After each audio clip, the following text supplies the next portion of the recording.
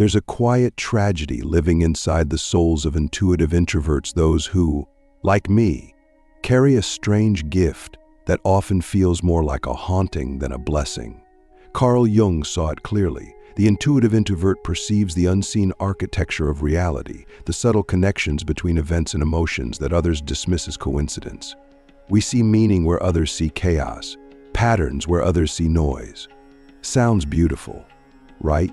But here's the part most people don't understand: the ability to sense meaning comes with an unavoidable burden: alienation.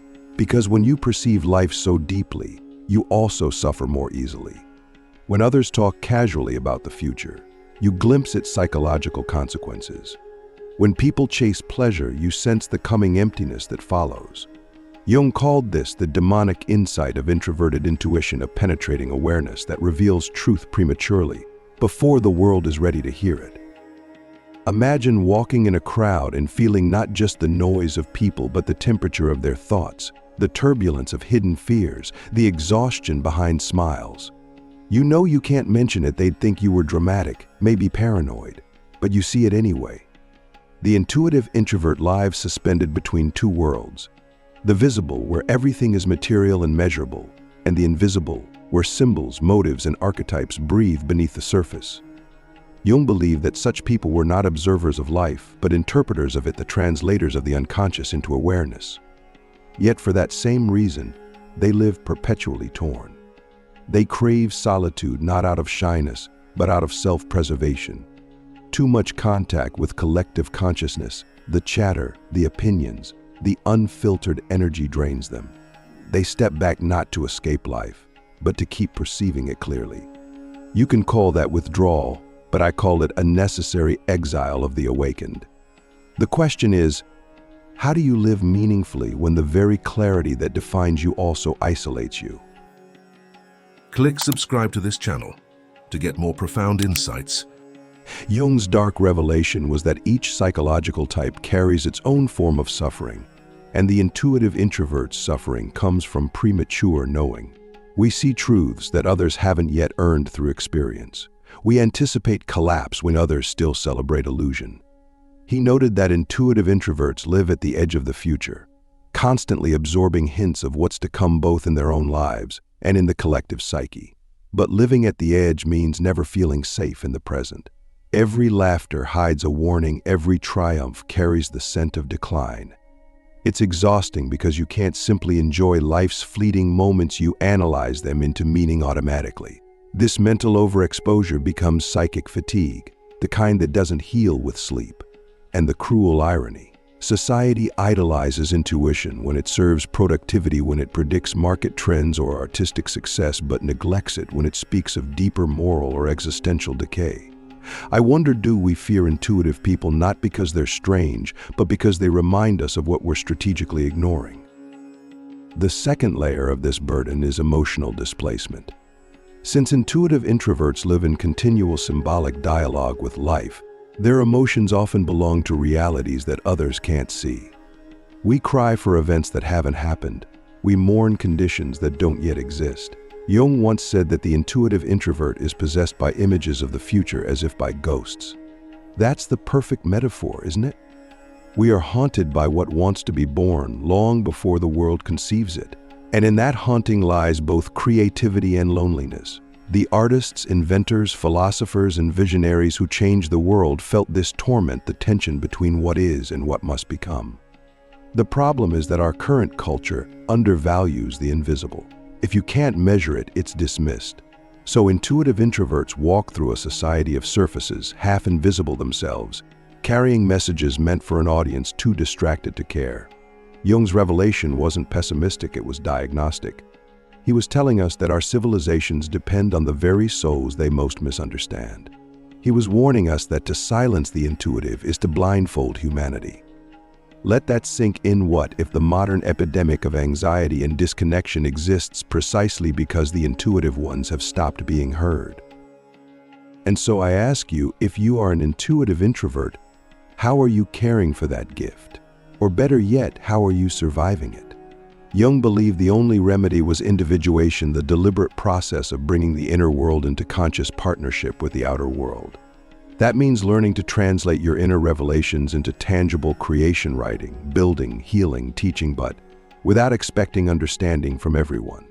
The intuitive introvert must learn to live with partial recognition and yet persist anyway. We are interpreters of the unseen, yes, but translators must adapt their language so that meaning can pass through intact. That's your challenge, to express the ineffable without corrupting it, to convey truth without burning from it. Serving insight requires strength greater than intellect. It demands equilibrium. The chaos of modern life wants you overstimulated, reactive, and disoriented because your awareness, once focused, is a threat to mediocrity. The more distracted the world becomes, the more dangerous it is to see clearly. Your clarity is revolutionary, even if no one claps for it. So Jung's dark revelation wasn't that intuition is a curse, it's that intuition without grounding becomes suffering. We can't amputate our sensitivity, but we can sculpt it into wisdom. That's the calling of the intuitive introvert. The burden becomes bearable only when it's given direction, when the insight is not hoarded, but embodied.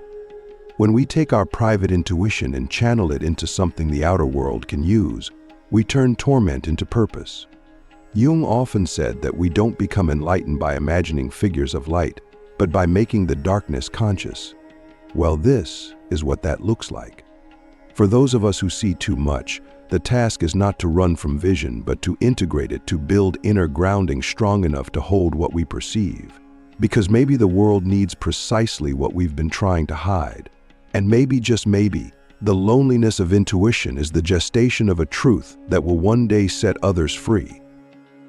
Let's go deeper into what Jung truly meant about intuition, because behind that word lies an entire metaphysical blueprint of human awareness. People think intuition is magical or random, some streak of luck or divine whisper that floats into your mind uninvited. But Jung dissected it logically. He said intuition is the psyche's mechanism for perceiving what cannot yet be proven. It's pattern recognition in its purest form, the mind's ability to grasp the shape of potential before it becomes factual. Intuition isn't irrational, it's pre-rational. It's the earliest light of understanding, a premonition of reason still forming. That means the intuitive introvert doesn't just sense abstract ideas, they sense directions reality intends to move toward. They detect psychological pressure before events unfold, because their awareness is tuned to the symbolic layer of existence, where the future casts its shadow backward into the present. Jung called this the perspective function of the unconscious. Your psyche is always one step ahead, processing reality faster than your intellect can articulate it. Now think about the implications of that in our era. If you're an intuitive introvert, you might often feel too early. You sense truths about people and systems long before they're obvious.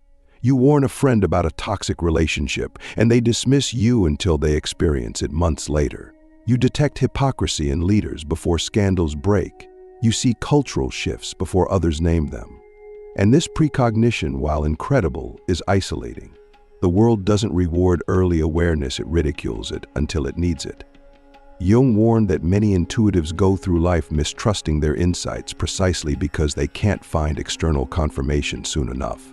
But he also said this timing imbalance is how destiny shapes itself. The intuitive is forced to cultivate inner conviction, to trust perception against consensus. Through that tension, individuality strengthens. So ask yourself, how many times have you gaslighted your own insight because it didn't fit into collective timing? And what would happen if, instead of doubting your foresight, you treated it as a responsibility, one that demands the discipline to interpret wisely? Here's the paradox: intuition reveals potential, but potential isn't destiny until it's grounded through action. That's where many intuitive introverts collapse. They see possibilities so vividly that they forget to engage reality at all.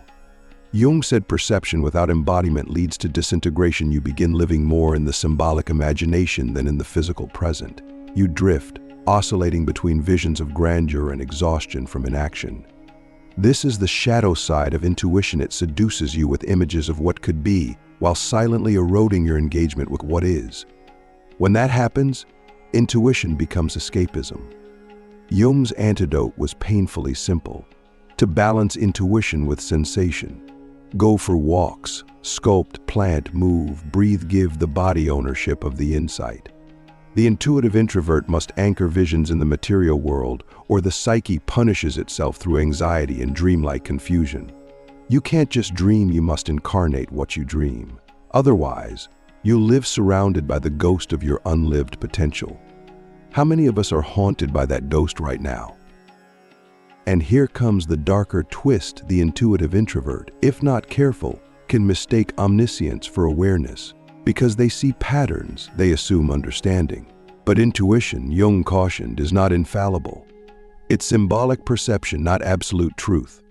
Every intuitive insight is colored by one's own unconscious motives and emotional history. That's why Jung insisted that intuition must serve individuation, not ego. The introvert who starts believing their every intuition is prophetic falls into inflation, the most dangerous psychological trap. They lose humility and drift into archetypal possession, becoming what Jung called the spiritual charlatan, intoxicated by their own inner imagery.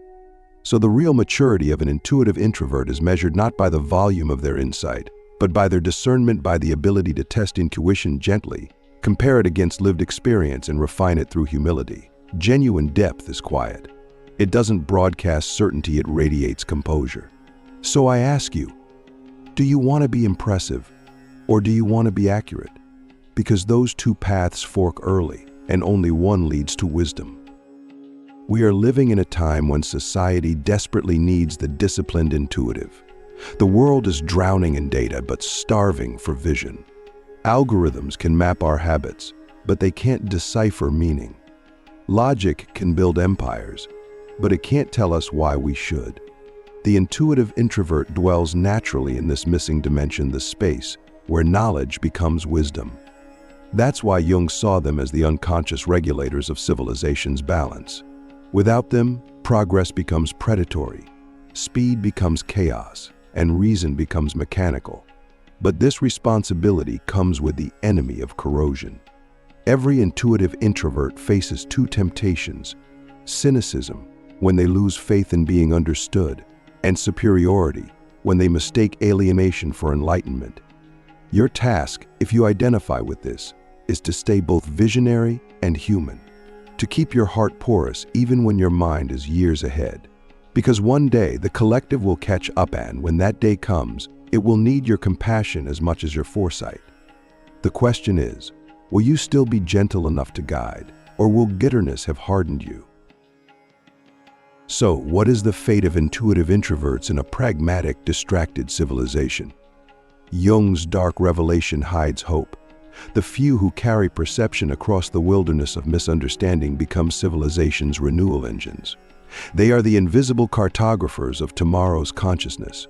But to fulfill that destiny, they must overcome the curse of isolation and the seduction of despair. They must keep translating the unseen into the seen until meaning becomes contagious again. Reality needs interpreters now more than ever. That is the secret burden and the sacred privilege of those who see too deeply. Solitude is the unavoidable crucible of the intuitive introvert. Jung knew this better than anyone. He withdrew into his own inner world for years, not out of escapism, but because he understood that the psyche refines itself in silence. Solitude, for us, is not a luxury. It is medicine. It's where the fragments of intuition converge into insight, where the noise of the world dissolves long enough for meaning to speak clearly. But here lies the paradox. The very same solitude that strengthens us can also suffocate us. When separation drifts into alienation, when reflection mutates into rumination, the mind turns against itself. The intuitive introvert begins drowning in their own depth. Jung described this as psychic inflation collapsing into despair, the point where perception becomes a mirror hall of self-referential thought, endlessly analyzing, rarely living. That's why solitude must be alchemical, not static. Its purpose is not withdrawal itself, it's transformation. We enter solitude to distill truth, and then we must return with something usable. Otherwise, our silence becomes sterile instead of sacred. Ask yourself, when you isolate, do you return wiser, or simply more certain that no one understands you? True solitude doesn't isolate you from humanity, it reconnects you to its essence. When Jung retreated after his break with Freud, he built a tower by hand at Bollingen Lake. A philosopher constructing a physical tower, it was a symbol of grounding spirit in matter, thought in stone. That's the kind of solitude every intuitive introvert needs, not the kind filled with scrolling and escape, but the kind where hands touch earth, rhythm replaces distraction, and the inner architecture steadies.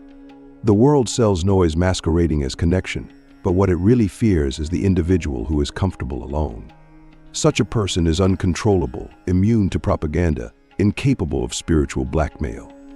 Solitude builds psychological sovereignty. Yet this sovereignty is not isolation, it's communion with something greater. In quietness, you begin to sense not the absence of others, but the presence of being itself.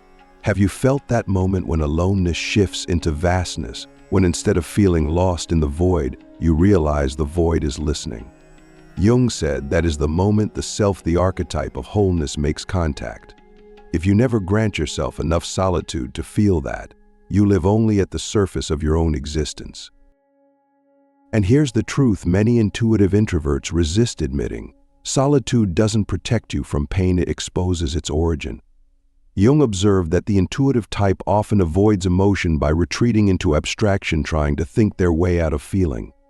But in real solitude, the mind's defenses fail. The ghosts you've sensed in others suddenly reveal themselves within you. You discover that everything you've read emotionally in the world is a reflection of your own divided self. That's where the alchemy begins. The loneliness turns molten, it melts the boundaries between insight and empathy, intellect and emotion. If you stay with that discomfort long enough, something miraculous happens, compassion emerges. You realize that your perceptions were never meant to separate you, but to deepen your connection to humanity. The pain you feel while perceiving others' suffering isn't a curse, it's initiation. The goal isn't to stop feeling, it's to feel so truthfully that your awareness becomes medicine for all who meet it. So here's a question. What if your loneliness is... Jung said that the most individuated souls radiate humility because they've burned through self-importance and solitude. Think about that humility not as weakness, but as the gravity of truth. When you know how deep silence goes, you stop overvaluing noise. You no longer need validation for your perceptions or permission for your sensitivity. You start guiding, not persuading, creating, not competing. This quiet confidence is what he called the numinous self, that state of being where intuition no longer feels like burden or curse, but as alignment with something eternal. At that stage, solitude becomes fellowship. You no longer feel alone because you are in conscious dialogue with life itself.